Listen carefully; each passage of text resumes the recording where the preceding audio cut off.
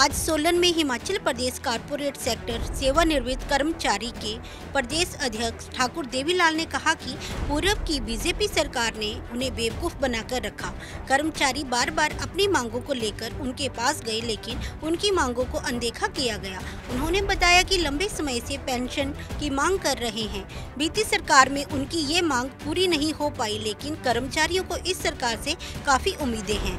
आज सोलन में ठाकुर देवीलाल ने कहा कि वर्ष 1999-2000 में सेवानिवृत्त हुए कर्मचारियों को पेंशन का लाभ मिल रहा है, लेकिन 2004 के बाद सेवानिवृत्त हुए 6730 कारपोरेट से सेवानिवृत्त कर्मचारियों को पेंशन नहीं मिल रही।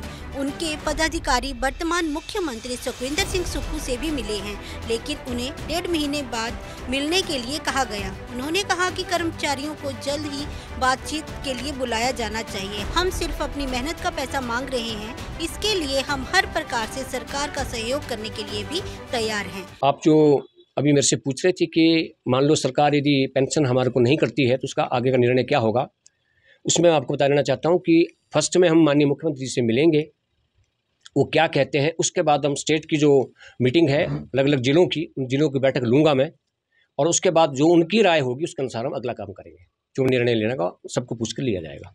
आज की जो हमारी प्रेस कॉन्फ्रेंस है और आज की जो यहाँ मीटिंग है वो रिगार्डिंग संगठन के बारे में भी है और अगली रणनीति के बारे में भी है कि हम आगे का जो कार्रवाई वो क्या करें और कैसे हो सकती है, इसीलिए मैं यहाँ पर आया हूँ। आगे हमारी 6730 लोगों की जो लोग हैं उनको पेंशन का मामला है, जो 99 से पहले रेगुलर हुए हैं। कुछ लोग गलत कह रहे हैं कि 2004 के तक जो रेगुलर है, नहीं, 2099 तक जो रेगुलर हैं वो लोग ही एलिजिबल हैं। कुछ लोग मीडिया में ये भी खबरें दे रहे हैं कि 39,000 करोड़ का खर्चा है पेंशन का। नहीं, 39 करोड़ रुपए का खर्चा है लगभग। वो भी मेरे ख्याल इससे लेस हो जाएगा, क्योंकि हमारे बीच से कम 2-3 लोग जो हैं अभी 2-3 महीने में ही हमारे बीच से चले गए हैं। वो खर्चा घट रहा है हमारा। मैं आपको फिर बता देना चाहता हूँ कि हम लोग 6730 से घट रहे हैं।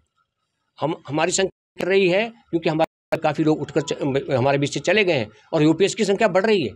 जब उनको सरकार पेंशन दे सकती है तो हम तो रिड्यूसिंग पे है, हमारी तो मिनिमम पेंशन है। हम हर मुद्दे पे सरकार के साथ बातचीत करने के लिए तैयार हैं। यदि सरकार पैसे की भी बात करती है कि पैसा नहीं है, उसका भी मेरे पास सारा हमने उसका प्रोग्राम बना लिया है। उसका कहाँ से पैसा आएगा और कहाँ से पैसा नहीं आएगा, बोर्ड कॉर्पोरेशन से हम उस पैसे का अरेंजमेंट कर देंगे। लेकिन सरकार बातचीत करे, हम सारे रास्ते देंगे।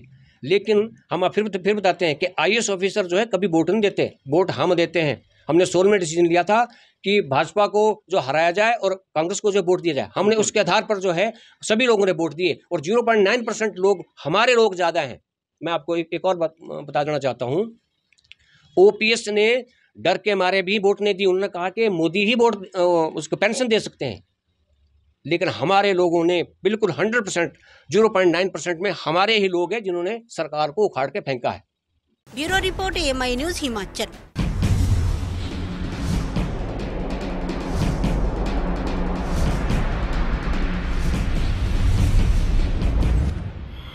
Spread over 18 acres of land, a child's dreamland with colorful, attractive and well-concepted surroundings.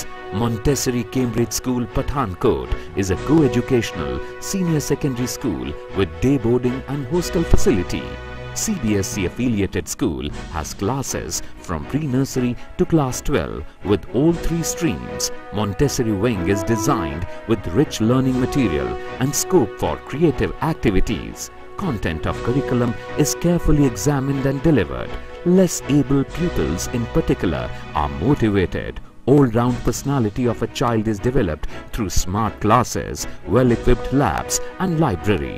Extracurricular activities, competitions, stage, playfield and excursions.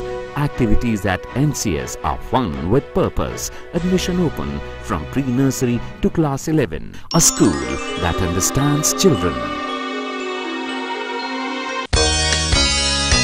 Montessori Cambridge School, Pathankot. We at St. Thomas Senior Secondary School offer supportive and inspirational environment for young inquiring minds to learn and grow with us. Our passion for learning means we achieve more than outstanding results. We strive to build confident and creative thinkers and aim at delivering an education that is truly relevant to their future. We aim at inspiring our students to dream more, learn more, do more, and become more in their respective journey of life.